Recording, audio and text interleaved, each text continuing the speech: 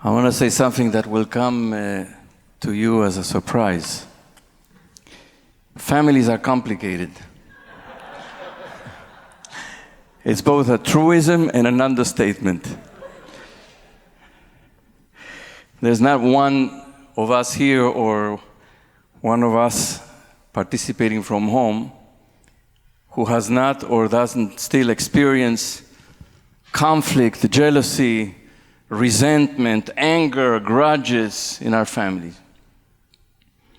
Sometimes we carry trauma and conflict that has been handed down from previous generations. Sometimes you ask people, this branch of the family doesn't talk to this branch of the family. How many here, right? Why? I don't know. My great-grandparents. Now, if families are complicated, few families are more complicated than the family we have been reading, our family of our ancestors that we have been reading for the past couple of months.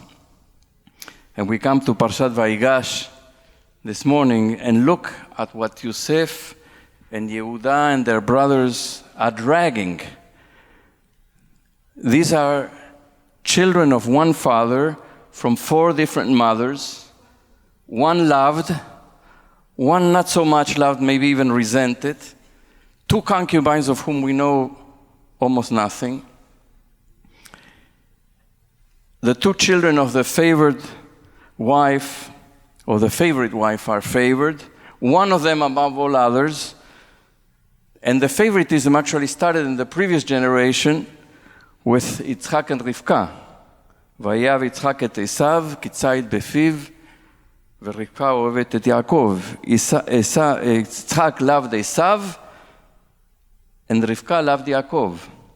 We know how that ended. And in the generation of the great-grandparents of these children we are reading in Parshat Vayigash, the great-grandparents, Sarah asks Abraham to expel Hagar and her son Ishmael. So look what this family, when we come to Parshat Vayigash, what they're dragging, all the trauma and the conflict and the resentment. Not a lot of brotherly love in this family, in these generations. The conflict is profound, and to the point that the brothers sell one of them, Yosef, into slavery. And the breakthrough comes in this Parshat Vayigash, which is on page 274. Now, at the beginning of Parshat Vayigash is Yehuda's speech. Yehuda draws near to Yosef, and he makes his case and his speech, and this speech is universally deemed masterful. So the question is, how was the breakthrough achieved? What was it that ultimately reached Yosef's heart? You remember from the end of last week's parasha, we didn't read this section in the triennial, but it's there. When the cup that had been hidden by Yosef's servant was discovered in Binyamin's luggage, Yosef said, now Binyamin, this youngest of the brothers, is going to remain here as a slave. And Yehuda and the brothers can't fathom going back to their father and telling him, you've lost one son, Yosef, and now the other one, the little one, both from your beloved wife Rachel, now Binyamin is going to stay as a slave in Egypt. They can't contemplate telling this to their father. So Yehuda steps forward and says these powerful words in Parshat Vayigash. We're going to read them in a little bit. The Midrash tells us that Yehuda, and Felicia referred to this last night in her Kavanah, Yehuda was ready for 3 things as he approached Yosef, according to the Midrash. He was ready to go to war with him. He was ready to appease him, and he was ready to go into prayer. It is clear from this speech that Yehuda tries to awaken Yosef's compassion.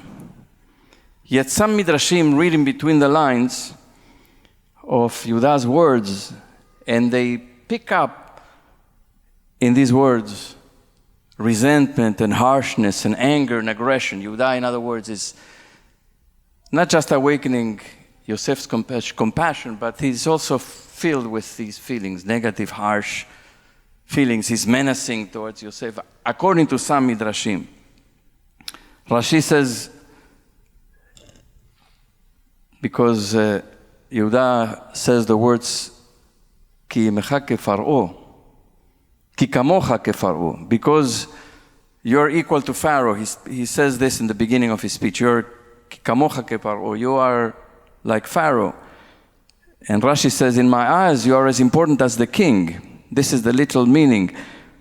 But the Midrash gives this explanation. You will ultimately be stricken with leprosy for detaining Binyamin, even as your ancestor Pharaoh was stricken because he detained my ancestress Sarah one night.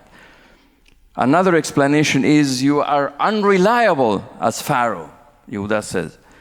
Just as Pharaoh issues decrees and does not carry them out, make promises, and does not fulfill them, so also do you. In other words, very aggressive. Rashi says, quoting the Midrash, Ki kamocha kepar'o, you shall become like Pharaoh. If you provoke me, I will slay you and your master. The Ramban also begins by saying, it appears to me, in line with the plain meaning of Scripture, that Yehuda's words are nothing but supplications to bestir Yosef's compassion. But hidden in his words is the hint that the goblet affair was a scheme of Yosef to have a pretext against them. For why should Yosef have wanted to see Binyamin to begin with, against their will? And so the rabbis say in Midrash Rabbah, Yehuda said to him, I will prove to you that you moved against us with a pretext. The people of how many countries have come down to buy food? Have you interrogated them as you have interrogated us? Were we perhaps asking for your daughter in marriage, or were you seeking to marry our sister? The rabbis are saying that this was hinted at in his words. I don't pick up any of this. I read this and I don't see any of this resentment, anger, menace, threat. To me, the Midrash that captures this the most accurately and beautifully is the Midrash that begins quoting a verse in the book of Proverbs, Mishlei. This is the verse. The designs in a person's mind are deep waters, but a person of understanding can draw them out.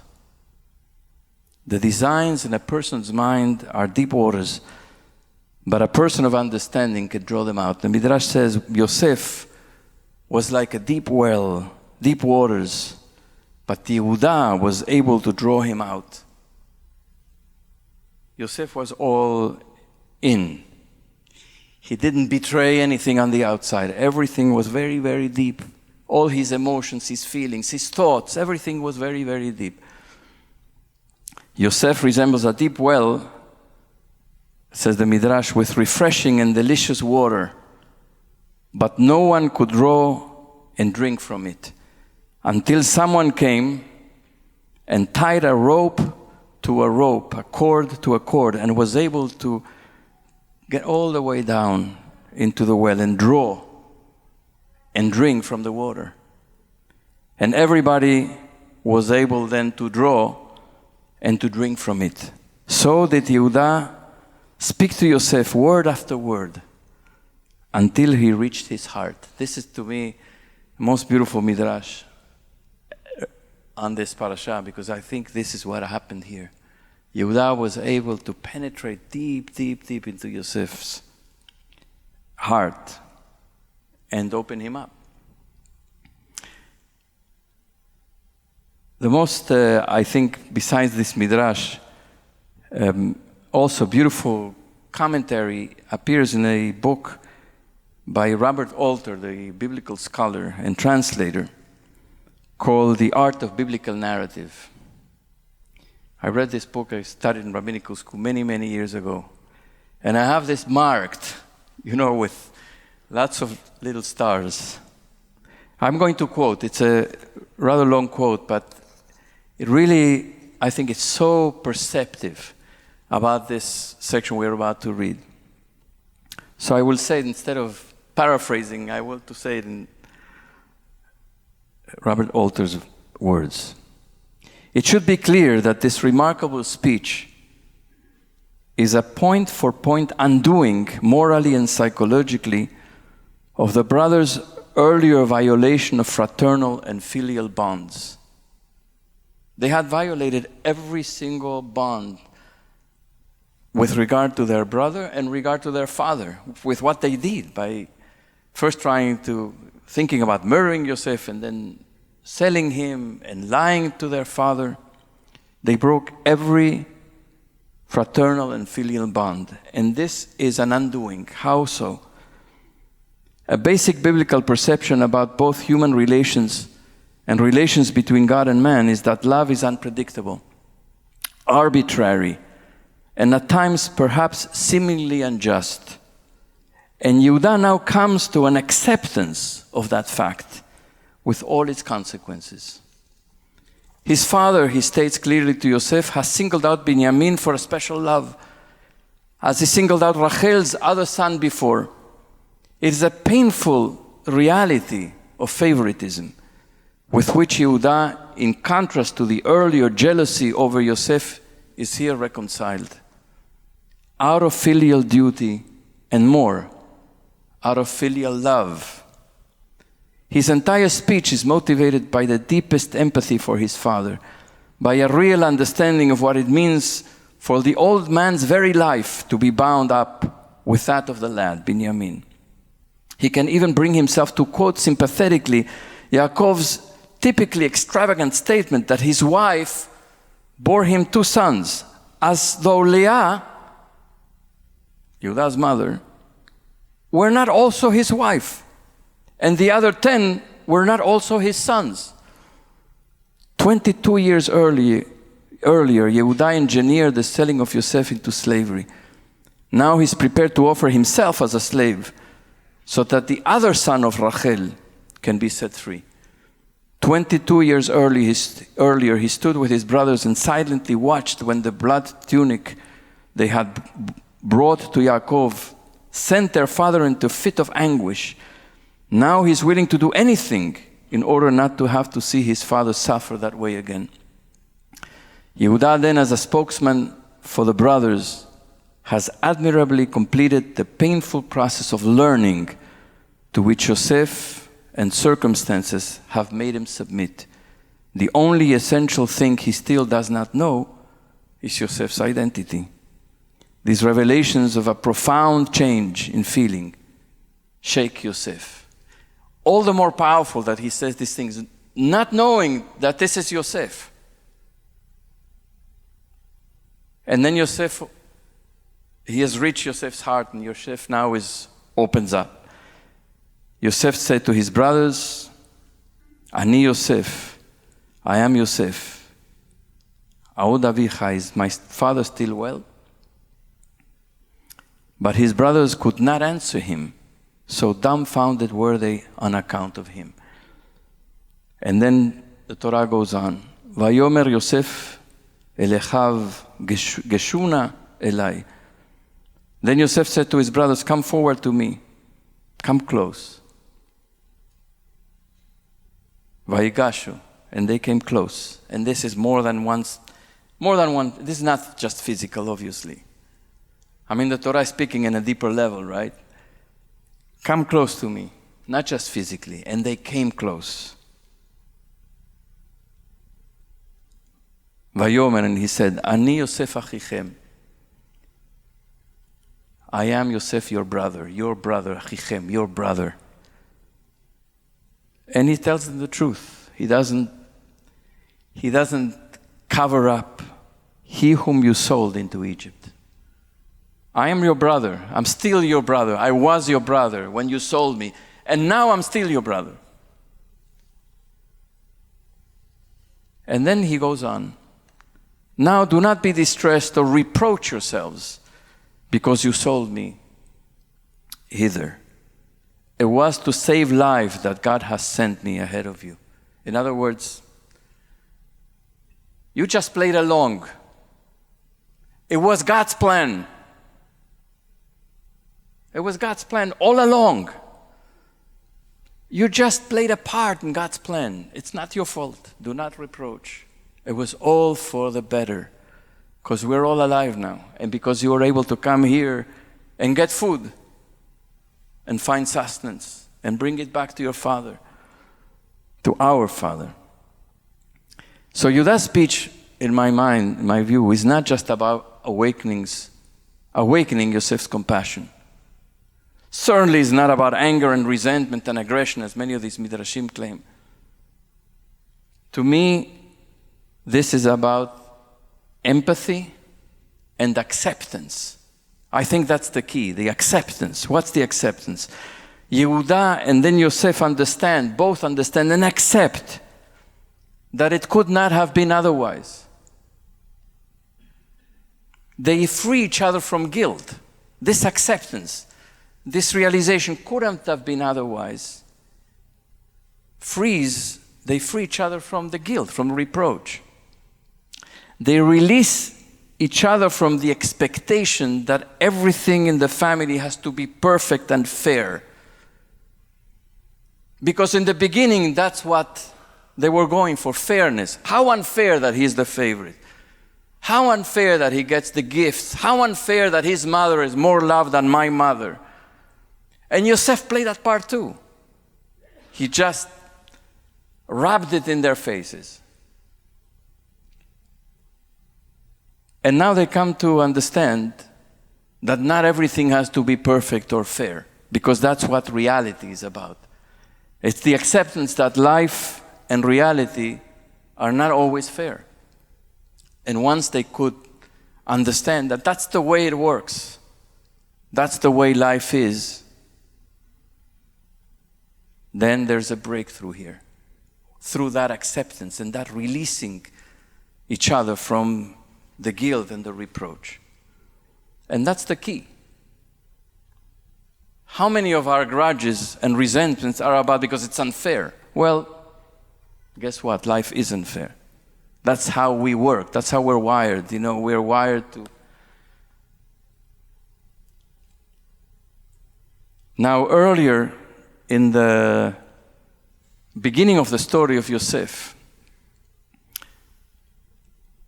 Yaakov, the brothers had gone to pasture their flocks in Shechem.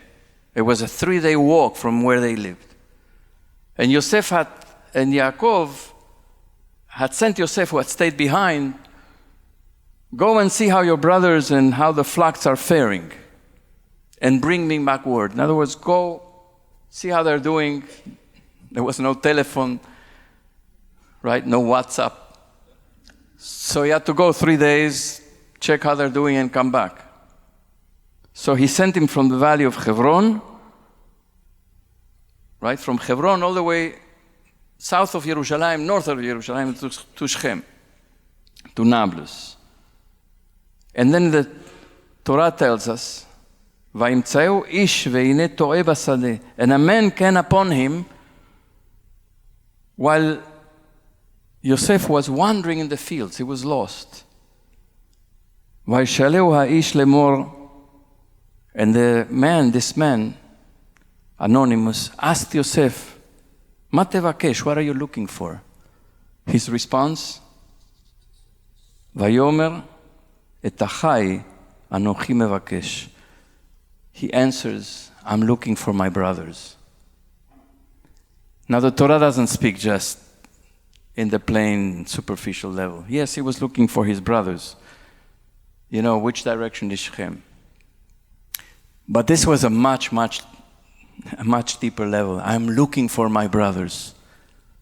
I'm looking for that bond of brotherly relationship and brotherly love. Et achai ani mevakesh. I'm seeking my brothers. It took 20 years, 22 years, something like that, for them to find each other. And this is the story, the resolution, the breakthrough, not just of this story, but the entire book of Bereshit. Look, it begins with Cain and Hevel. Ashomer achi anochi, my brother's keeper. And then Ishmael and Yitzchak, estranged. Cain and Hevel, ends in a murder, right? And then Ishmael and Yitzchak, estranged from each other. Yaakov and Esav, estranged from each other. Now Yaakov's children, estranged from each other. Et achai ani bevakesh. Now they found each other. And now this is the sort of the end. Now next week, Parshat Vayechi, the end of the book of Bereshit. There is some sense of togetherness, of having found each other, of resolving all these brotherly conflicts that begin with Cain and Hevel and end here in this breakthrough. Why? Because they were able to. How did Cain and Hevel begin the conflict? Cain thought that God's acceptance of Hevel's sacrifice was unfair. Why did God accept his sacrifice and not mine? Well, that's how it started. It took all these parshiyot and all these generations to come here. And now there's an acceptance that Yehuda actually expresses and voices and articulates. Life is not fair. And we have to live with that. And so we have to find each other in our families and reconcile and live with one another in the acknowledgement, the knowledge and the acknowledgement that such is life. And it's better to be together with the difficulties and the challenges and the unfairness that to suffer apart. Shabbat Shalom.